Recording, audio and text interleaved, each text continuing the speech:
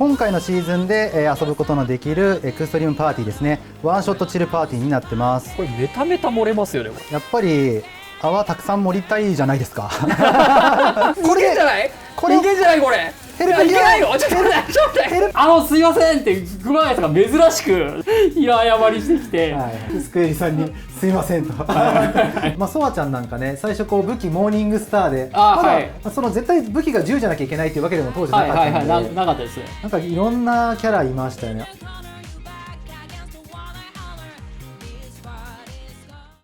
はい、皆さんホームスターズ楽しんでいただけてますか？スクエアエニックスディレクターのリッキーとトイロジック開発ディレクターの熊こと熊谷です。はい、というわけで、シーズン4無事にリリースできましたね。こうして無事にリリースできたのも、皆さんに楽しんでいただけているおかげです。本当にありがとうございます。今回はですね、ハッピーフライデーイベントで新キャラクターも登場しますので、ぜひお楽しみに。今日はですね、開発の若手のお二人と一緒に、スマッシュザスタートですね、シーズン4から開始される、エクストリームパーティーのワンショットチルパーティーをやっていきたいと思います。楽しんでいきましょう。さあリッキーさん同じチームですよ。いきますよ。これはちょっと勝ちたいですね。これ勝たないとやばいじゃん。映像的にこれ勝たないとちょっとやばいです。映像的に勝たないとやばいんだけど、これ退任説ありますよ。ちょっとマジか、そこまでいかない。今回新マップですね。このマップめちゃくちゃ綺麗だよね。いや、いいマップですね。こうバスベガスのこう高級感が出てると言いますか。で昔から熊谷さん言ってましたもんね。ちょっと待って。ここはちょっと助け。ナイスナイス、さすがさすが。ここでナイス。よしよしよし。いいですね。こちらのチームワーク。間に合うかな？間に合わないから。間に合った。お、これは攻めてきますね。これは対面。痛い。ちょっと痛いぞ。ヘルプ。ごめん。ごそうちょっとリキさん完全にちょっと今僕の存在ちょっと無視してませんでしたね。奥のメルティーしか見てなくて。熊谷さんいつも調整していただいてますけど、なんかこう一番大変だったキャラは、大変だったキャラですか？調整結構大変やなこいつって。い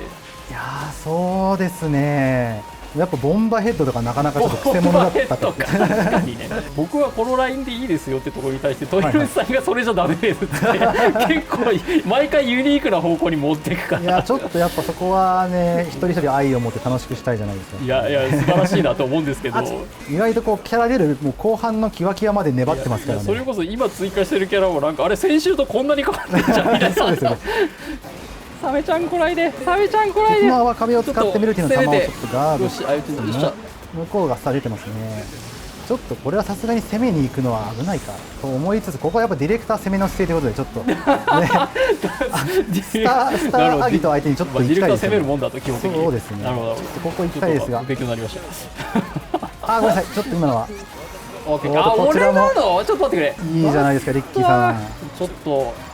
まるで忖度を感じないこのメルティ痛いですよ、やっぱ地味に。ちょっと僕がやっぱ情報修正しちゃったのでちょっと待ってね、熊谷さんの近くにいたい、ぬくもりを感じていたい。ちょっと熊谷さんのぬくもりを感じていたい。ちょっとストーンも来てるので、でもこれいけんじゃない？これいけんじゃない？ちょっと僕の体力が少ないんで、マジでストームがもう厳しい。ちょっとこれはマジで熊谷さん、すみません、これはちょっとディレクター退任の危機ですよ。これは帰ってきて熊谷さん。ごめんこれもうね、これやばい。ちょっともうさすがにですよね。これヘルプでき無理か。まさかのディレクター敗北ですよ、リッキーさん。悔しい。というわけで熊谷さんがメルティを強くしすぎたということで、いやもっと強くしちゃうかもしれないですよ。そうなんですよね。いやでもいい試合でしたね。でもまたはい、2on2 はこう違った楽しみがあると言いますか、いい試合ができたかなと思います。さあ今回ちょっと先ほどね負けてしまったんで、ちょっとリベンジいきたいところですね。そうですね。今度これで負けたらちょっとじゃあお互いディレクター引退しますか。こうちょっとそうですね、開発メンバーにディレクター任せてみますか。この相手側の2人にディレクターを交代する。なるほど。今回遊んでいくパーティーがですね、今回のシーズンで遊ぶことのできるエクストリームパーティーですね。ワンショットチルパーティーになってます。2on2 になってまして、遊べるキャラクターがトニック、ジェッター、ソワ、グリーンの4キャラからランダムで選ばれる感じですね。そしてなんとワンショットチルという名前にふさわしく、どの攻撃もワンパンできるという感じになってまして、さらにですね、この今シーン見てもらってる通り泡が大量に漏れるんで、ちょっとねいつもと違った戦略が楽しめる。これメタメタ漏れますよね。やっぱり泡たくさん盛りたいじゃないですか。盛りたい。泡がこうね高いとやっぱそれだけでこう遮蔽として活用したりね、ガードができたりいろんなこう選択肢が増えるので、あとやっぱちょっとした段差でもこうやってこうショットしてるとすぐ登れるんで。そうですね。こういうやっところでやっぱぱ地形がうまく活用できるところは楽しいですよね。ああ、お相打ちになった。とああ、ごめんなさい。おっとでもここは助けられますね。そしてうまいことカウンターしてけど、でもワンショットなんでこう通常ショットでもうめえ。当てれるので、ここは着地を狙えるか。難しいか。じゃあバブルシールド。なるほど。ちょっとスパイキービーズいきます。跳ね返った。ごめんなさい。そうだった。それはそうですよ。ここはちょっと協力していきたいですが、そうですね。キングブラスターでちょっと圧をかけつつ、はい、キングブラスターでちょっと牽制しつつ、そっち側回れます？ちょっと両サイドから。うまいこと着地を当てたいんですが、ちょっと無理かな。いやー、ダメだった。ごめんなさい。いける？いけます。すみません、ちょっと一回引きますね。連携力が問われる。ちょっと2対1になりましたね。ちょっと今のは。そして、これは11交換か。助けられますかね。これまずいな。リッキーさん、これはまずいじゃないですか。これまずいですね。ガチガチに勝ちに来てますね、ちょっとね。そうなんだよ。よしよしよし。これはいいですね。これどう？ただ残り時間あと1分なんで、ちょっとここで決めに行きたいところですね。わかりましたわかりました。ちょっとじゃあ見せますよ。いいですね。じゃあ敵もちょっと下がってるんで、僕もブラスターを使いましょうかね。おらどうだ。どうや。ここでタレットを用意して、ここは当てにいけますね。チル。よし、チルした。これはいいですね。ここはちょっと熱いですよ。ここはちょっとここは勝ちに行きたいところですね。めちゃくちゃ緊張するんだけど。ちょっと開発開始以来一番緊張感っていうか一番ドキドキしてるけど俺今。確かに。でもバブルストーム来てるからうまい。ちょっとトリック。これいけんじゃない？いけんじゃないこれ。ヘルプギア。いけないよ。ちょっと待って。ヘルプギアを狙ってこれを。このジェッター取ろうよ。よし。これはいけましたね。やったぜ。あれなんかリリース時ぐらい喜んでませんか？これはいい勝利でしたね。いやでもいい試合できましたね。ディレクター継続ということで。よかったです。ディレクター継続ですね。頑張っていきたいと思います。はい。じゃあ今後ともよろしくお願いします。お疲れ様でした。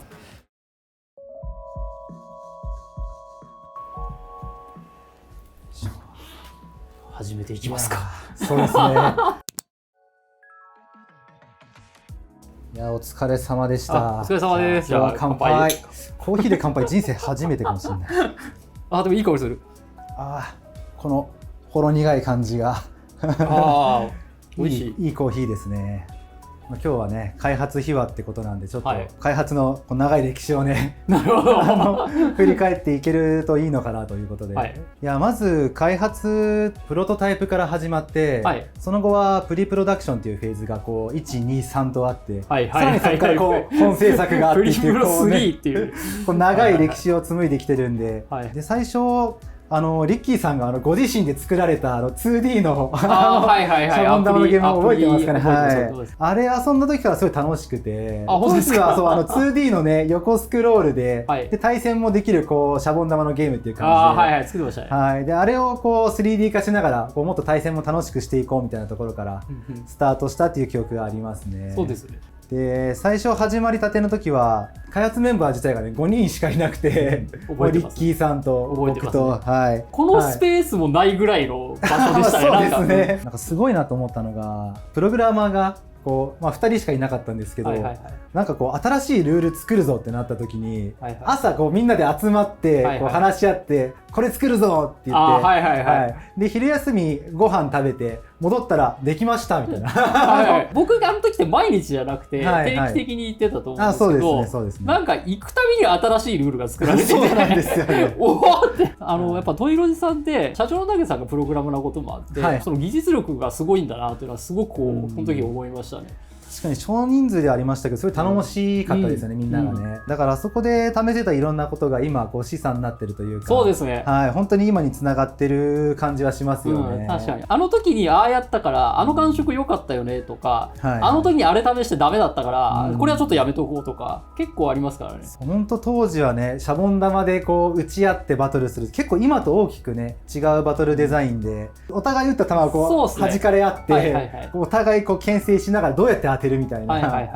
シャボン玉をこう配置してこう飛び乗ってこう大ジャンプしたりとか、シャボン玉をこうくっつけてねワイドショットだって言ってやってました。範囲攻撃したり。なんか最初はそのシャボン玉に結構限定されてたじゃないですか。そうですね。あんまりその今のその不透明の泡ってところは選択肢から外れていて、結構シャボン玉でどうやったら面白くなるだろうを結構磨いてたと思うんですけど、当時やっぱりこうシャボン玉のゲームだったっていうのもあって、こう攻撃食らった時にやっぱなんかあまり痛くない感じというか、こう楽しげな感じにしたいよねっていう話があったんで、シャボン玉浴びたら体がもうこう泡まみれになった方が楽しいんじゃないかみたいなねアイデアがあって。なんかあの頃からこうモコモコに体がこうなっていく見た目っていうのはすごいこうキャッチーというか、なんか楽しさがあって、あれがこう泡の生まれた原型だったのかなっていう感じですね。そうですね。こう一回じゃあやっぱこの泡の打ち合いにするんだったらバトル設計をこう変えなきゃねっていうタイミングがあったじゃないですか。ありましたね。まあ僕からするとですよ、僕からすると今このスケジュール感でこんなことやってくださいって言えないよっていうぐらいの条件だったんですけど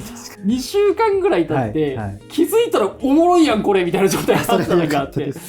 その時熊谷さんはどういう状態だったのかなと思って。やっぱりこうシャボン玉自体に、考えていたというか作っていた根幹の部分っていうのはすごい大事にしようと思っていて、やっぱりそのエイムしなくてもやっぱりちゃんと打ち合えて、そのシューターの要素もあるけど、それだけじゃなくっていろんな人が楽しめるっていうところをすごい大事にしていたので、まずはそこを守ろうっていうふうに思ってまして、でそのバトルを作っていく中で場に残る泡っていうものがどういうふうに活用できるとこうプレイヤーというかユーザーとして楽しいんだろうというところを考えて、隠れたりとか、こう高所として上を陣取ってこう打ち下ろすことができたりとか、そういう要素をこうシャボン玉時代に作っていたバトルの中にこう入れていこうっていうところからスタートしたのが始まりでしたね。他にこうちょっと悩んだ点っていう話で言うと、やっぱ泡の見た目みたいなところ、泡ってリアルにすればするほどこうなんか気泡みたいなものがこう混じっていって見た目的にこうちょっと気持ち悪くなっていくというか、なんかこう集合体みたいな感じになっていく、そこを苦労したなって記憶があるんですけど、あそこってどうでした？いやめちゃめちゃ苦労しました。だって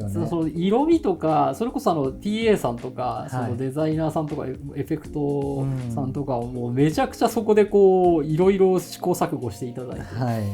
やっぱ我々当時から大事にしてたのがこうなんか食べれるくらいこう美味しそうな泡みたいな。そうですね。そうふわふわでなんか食べても美味しそうな感じみたいな。そうですよね。泡というものがグラフィックで表現するのにこんなに大変なものだとは当時思ってなかったんで。いやそうですよね。処理負荷みたいなところもリアルタイムでこうどんどんモコモコなっていくっていうところがすごい大変で、プログラマーさんがいまだにその頑張っていただいてますけど、もともとだから頂点データだからこう、なんかボコボコになるんですよね。そうですね。これをいかにこうスムーズに見せるかみたいなところも。確かになんか泡だからこうちょっとふわふわと揺れる感じにしたいとか、泡の上こう歩くとやっぱりこう歩いた部分はこうなんていうんですかね、こう曲がっていますか。なるよねみたいな。一回僕がもう処理負荷きついんだったら諦めていいよって言ったところですよね。やっぱこう泡としてなんか泡の気持ちよさ出すにはやっぱそこ大事にしたいなっていうのがあって、それずっと逆に豊吉さんが大事にしてくれてて。そうなんですよね。だから処理負荷は本当に結構やっぱプログラマーさん本当に頑張ってくれて一生懸命。いや本当にありがたかったですね。そのおかげもあるんですけど、それで今ねこう形としてなったところがあるんで、そこは良かったなと思いますね。当時キャラクターが今みたいにこうフォームスターという形じゃなくて、アバター式といいますか、アバター式でまずは行こうって話で、ユーザーさんが好きなねキャラクター性をこう出せるような形にしていこうみたいな話もありましたよね。プロト時代の頃に、キャラデザをどうしようかって話をしてて、しましたね。でもそこでトイロジのアートの方が、グリヒルさんがいいと思いますって言ってましたね。おすすめしてくれて、確かにこの感じすごくいいなって、なんかうちらのゲームにぴったり合うよねって話で、なんかこう絵見ててこれだなっていう感じがなんか僕らの中にもありましたもんね。そうですね。それでこうアバター製だった頃からね、もう下手したら何百っていうぐらいの本当にたくさん描いていただいて、描いてもらいましたね。ななんかあの頃振り返ってみると結構こう今見てもこのキャラクター欲しいなみたいな結構魅力的なキャラねまだまだたくさんそうそうラフのデザインとかでは結構本当に豊富にあるんで、いやなんかあの頃が原型になって今のキャラクターになってるキャラクターもねたくさんいますし、たくさんいますね。ソワちゃんなんかね最初こう武器モーニングスターで、その絶対武器が銃じゃなきゃいけないっていうわけでも当時なかったんで、なかったですね。あとは僕が覚えてるのが、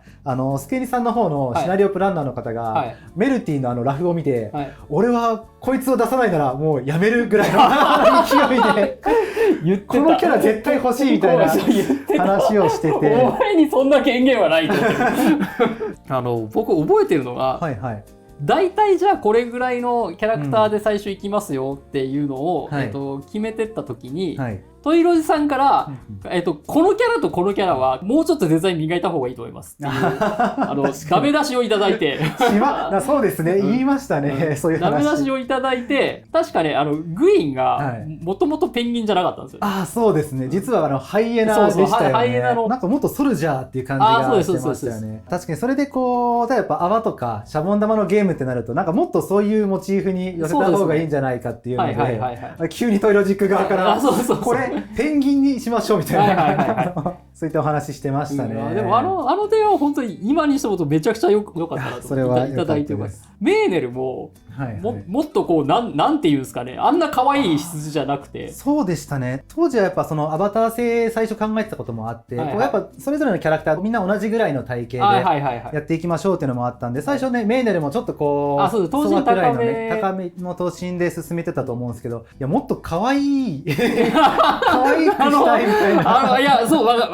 僕実はね結構ムスッとした羊の感じいいじゃんって思ってたんですけど、確かに良さはありましたね。思ってたんですけど、結構掘り下げて聞いてみたら、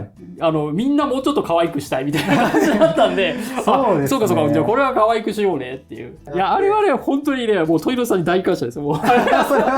メーネルになったら本当にトイロさんのおかげなんで。いろんなキャラクターが生まれていく中で、やっぱりこうキャラごとのその個性付けといいますか、シナリオみたいなものだったり設定感みたいなものをスクニさんの方でもいろいろと考えてくださってたかなと思うんですけど、なんか特にその中で意識されてた部分とかってあるんですか？まずそれぞれのキャラクターが、それぞれのなんかマスターのセリフみたいになってきてるけど、なんかちゃんとそれぞれ輝く部分がこうあってほしいなっていうのは結構意識をしてて、まずデザイン画がありきであるものもあるし、比較的設定がありきであるものもあったんですけど、それで掘り下げてった感じですね。やっぱりそれぞれのこう、キャラクターといいますか、ホームスター、他のゲームと比べてもこうキャラクターがこうなんか優しさ持ってるなって僕感じるんですけど、そういったところもなんかやっぱ意識されてたところってあるんですかね？実は意識はしてなかったんですけど、泡で、打ち合うゲームってところもあり、あんまりこうバイオレンスなゲームにしたくなかったので、これは、僕がその、シナリオの加藤さんとこのキャラはどういうセリフを喋るんですかとか、このキャラはどういう生い立ちがあるんですかみたいなところを結構掘り下げていった時に、いやこんなセリフを喋らないでほしいですっていうのが結構最初あったんですよ。結構やっぱその対戦ゲームを意識されてたところも結構暴力的とかセリフを結構喋ってたんですけど、いや僕はこのキャラはこういうセリフは喋ってほしくないんですって結構いろいろやり取りしてた結果、シナリオの加藤さんが「分かりました」って言った時があって、これみんな優しいんですねって言われたんですよ。でその時そうなんです、みんな優しいんですって。優しいキャラクター性の時に僕の中で結構その大事なポイントがあって、結構優しさってやっぱそのなんか心の痛みを知ってないと優しくなれないっていう部分があるなっていうのがあったので、だからそれに対してその1キャラクター1キャラクターのその掘り下げていった先にそういった要素が入ってたのかなって気はしますけど。結構苦労したのはエンダーですね。そうなんですね。やっぱあいつってこのゲームの中で分かりやすいヴィランのタイプとして来てるんですけど、本当にヴィランだったら楽なんですけどやっぱなんかさっき言ったなんでしょう、ホームスターならではのヴィランっていうところを作んなきゃいけなかったんで、彼は結構掘り下げていけばいくほどなんか面白いキャラになってったっていう。多分もともとなんかあったものより、お前ってそういうやつだったんだみたいなのがどんどん出てきた感じ。むしろリッキーさん自身もこう、そうなんならもうこう勝手に彼が育っていったぐらいの。だから本来あいつはそこにいて、俺はこういう形なんだから早く掘り起こせよみたいなスタンスであったところに対してこう掘り下げていったら、そうか、お前こういう性格のやつだったんだみたいな。なんかこうキャラクターを作っていく中でこう設定として考えたっていうよりかは、なんかこう自然とその過去がこう見えてきたというか。そうですね。なんかそんな感じがしましたよね。だからあいつが休日に何してるんだろうっていう話で、休日あいつが過ごしてるイラストを描こうって言った時に、あいつが一番しそうなことがエンディングのイラストになってるんですけど、街のこう掃除のイベントに参加してゴミを拾ってるっていう。確かにしてそうですもんね。あれは間違いなく。そこにこうね、献身的に寄り添うワックスもまたね、こうなんかあいつはね、あれ多分ね、グリヒルさんがね、こだわってやってくれてるところ。そうなんですね。特にこうフォームスターの中で単純にこうリッキーさん自身としてこう好きだなみたいな、性格が合いそうだなとかでもいいんですけど、なんかお気に入りのキャラクターとかっていたりしますか？性格が合いそうだな。腹割って話したらエンダーは結構話すんじゃないかなって気がするけど、憧れ的にはマスター。絶対になれないけど、あんな大人になれたら素敵だなって思う対象。渋かっこいい感じがね、憧れますよね。なんかこう人生のいろんなものをこう経験してきた、全てを経験したから、包容力を持ってる感じがとても素敵だなって思います。マスターのコーヒーを飲んだ時のキャラクターのリアクションっていうのを全部ボイスで撮ってるんですけど、ありますね。全部ボイスで撮ってるんですけど、いろいろな都合でちょっとまだ使われてないですけど、これはちょっとでもどこかで入れたいですね。いつか入れたいなと思うんですけど、各キャラ用のね。ちなみに熊谷さんはお気に入りでいうとどの辺になりますか？僕ですか。僕もやっぱりエンダー君はすごい好きで、単純にこう僕も結構普段引きこもってもうひたすらこう勉強したりゲームしたりしてるタイプなので、一緒にいる時になんか会話をこうせずともこうなんか心地よくいられそうな感じがするんで好きなんですけど、やっぱ他で言うと結構トニックとか僕好きで、こういろいろとこう発明してでこう何回もやっぱ失敗したりするんですけども、こうその発明自体をこう楽しんでいて、でもね、なんか分かるなんか僕はそんな感じする。僕やっぱりクリエイターになったのも、その世の中にまだこう存在しない新しいものを作りたいという気持ちでクリエイターになってて、やっぱり今回もね作っていく中で何回もこれでいいのかなとか、面白くなるかなってこう不安もあったりしたんですけども、本当何回も作ってそれこそこうキングブラスターのこうね13世じゃないですけども何回も作って、その中でこう今の形があるんで、そういうふうにこう何回もめげずに作っていきながらこう自分の形を見つけて答えにたどり着くっていうところで、トニックはやっぱすごいなんかいいなるほどな。正直今回そのプロジェクトを進めるにあたってこういろんな山があったじゃないですか。山もあったし厳しい時もあったし、何回もあった中で、いつでもその熊谷さんは結構ポジティブに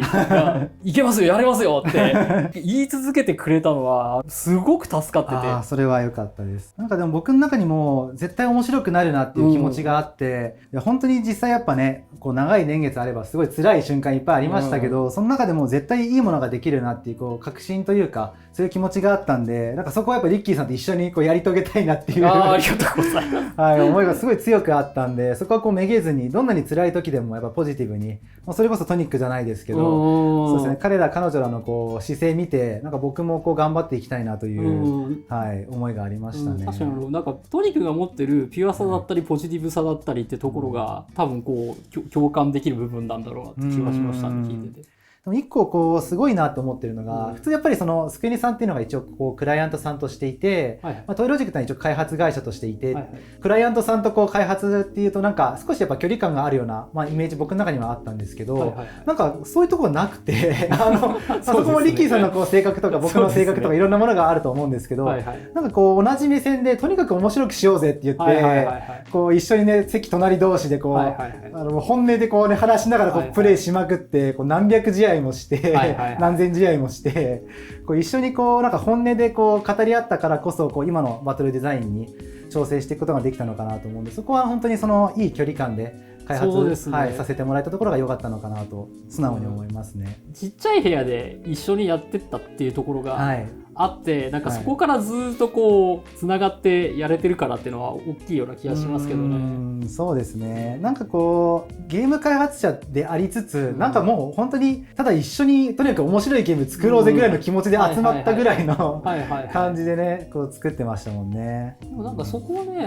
トイロジさんの社風として素晴らしいなと思うんですよね。自分たちが作ってて、やっぱ納得いかないところとか、ここはこうした方がいいって思うところをもう素直にぶつけてきていただけるし、気がつくとなんか別のこう新しいものに変わってたりそうですねするので、なんかここは本当に素晴らしいなとは思いますね。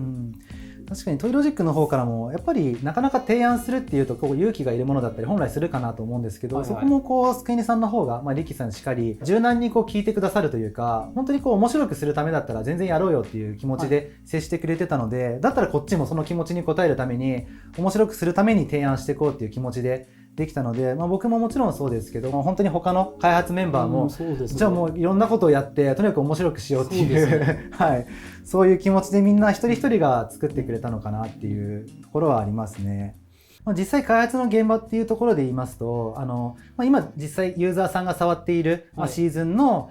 パッチ的な開発と、あとはその次に当たるシーズンの開発、あとはそれにプラスして、デバッグ作業があって、さらにその次のシーズンの開発とっていう、結構こう4つぐらいの開発が同時に進行している状態なので、やっぱなかなかこうユーザーさんのこう今だっていう温度感になかなかこう、ダイレクトにいけないところがすごくこうもどかしいというか、難しいところでもあるんですけど、だからその辺はやっぱ結構苦労する部分というか。本当ね、僕はもう感謝しかないですけど、本当に、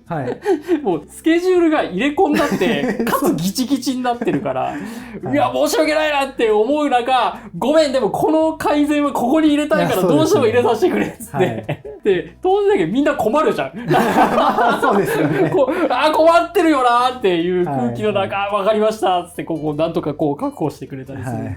これ本来であれば、いやちょっとそこはちょっと厳しいんでってなる場面もあると思うんですけど、こうユーザーさんのとにかく熱い温度感に応えたいっていうのを開発現場としてもすごくあるので、このシーズンで入れる予定になってるけど、やっぱここで入れたいみたいなものがあったりするんで、ここなんとかこうねじ込んでね早いシーズン出せるようにっていうね、そこは結構トライしてるところではありますね。なんかそういうところもこう我々のそのフォームスターズらしさがこう出てるのかなっていう気がしてて、そういう表現はありがたいですね。僕としては正直そのユーザーさん自身もなんかそうであってほしいなと思っていて、なんか開発がこう作ってユーザーさんが遊んでおしまいみたいな形じゃなくて、なんかこうユーザーさんとできる限り対話して、なんかこうユーザーさんと一緒に作っていくというか、なんかみんなのこう求めていて、僕たちも面白いと思っているし、ユーザーさんもこういいなと思ってくれてるようなもの、なんかそういうのをこう一緒に作り上げて、それでフォームスターズっていう一つのなんか世界が出来上がったらいいなっていうふうに感じてるので、なんか今後もそこはすごく大事にしたいというか。そうですね。なんかまだまだ磨いたら良くなりそうだし、やっぱりなんていうんですかね、開発の中だけだと気づけない意見とかもすごくたくさんあるので、なんかそういったところをこう拾い上げて形として提供していって、でその対話を繰り返してなんかいいものにできたらなというふうに。それは本当そう思いますね。皆さん開発秘話をご視聴いただきありがとうございました。皆さんにですね、こういろいろな場で書いてくださってる、ご意見やご感想、あとはメッセージみたいなものっていうのは、僕やリッキーさんをはじめ開発メンバーのみんなにもしっかりと届いています。 SNS のやっぱりいいところとして、なかなか開発の人間とこうユーザーさんっていうのが直接対話する機会っていうのは普段ないと思うんですけども、そういった場面を通じて皆さんが本当に思っていることとかこう本音っていうところに触れることができるので、そういったところから今後もフォームスターズを少しでもこう面白くできるようにどんどん改善を進めていこうと思ってます。長く愛してもらえるコンテンツになるように頑張っていこうと思いますので、今後ともよろしくお願いします。はい、フォームスターズ今シーズン4まで開発を進めてまいりましたけども、今後もですね新しいキャラクターだったり新しいルールというものをご用意して盛りだくさんでお届けしていこうと思ってますので、どうぞよろしくお願いいたします。でそこにですね皆さんからいただいたご意見をですね、もうとにかく早い形でお届けできるように僕と熊谷さんで頑張っていきますので、引き続きホームスターズを楽しんでいただければと思います。じゃあ今後もどうかよろしくお願いします。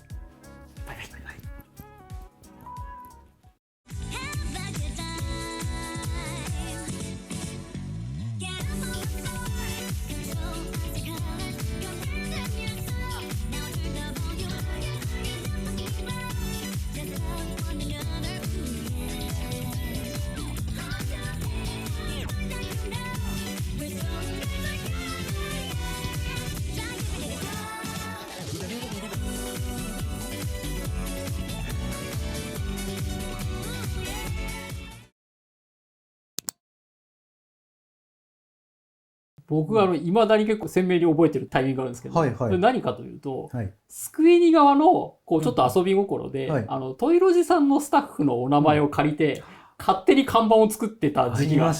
ありますよね。熊谷さんのやつも、僕らが勝手に、バレーベアで看板作らせていただいて、デザインが、上がってきて、熊がギターを弾いてたんですよね。弾いてましたね。弾いてて、すいませんって、熊谷さんが珍しく、なんかめっちゃこう、平謝りしてきて、これどうしてもドラムにしてほしいんですって話を。ありましたね。ちょっと僕がだいぶかなりのドラマーなので、ちょっとこれは譲れないなって。いや、なんか、その強い意志を、あの時感じて。はい。スクエリさんに、すいませんと。ドラムにしてくださいっていう。はいはい。まあでも、それは本当に良かったです。だから、僕、今、ちゃんとプレイするときは、ネームプレートにプレイしてるので。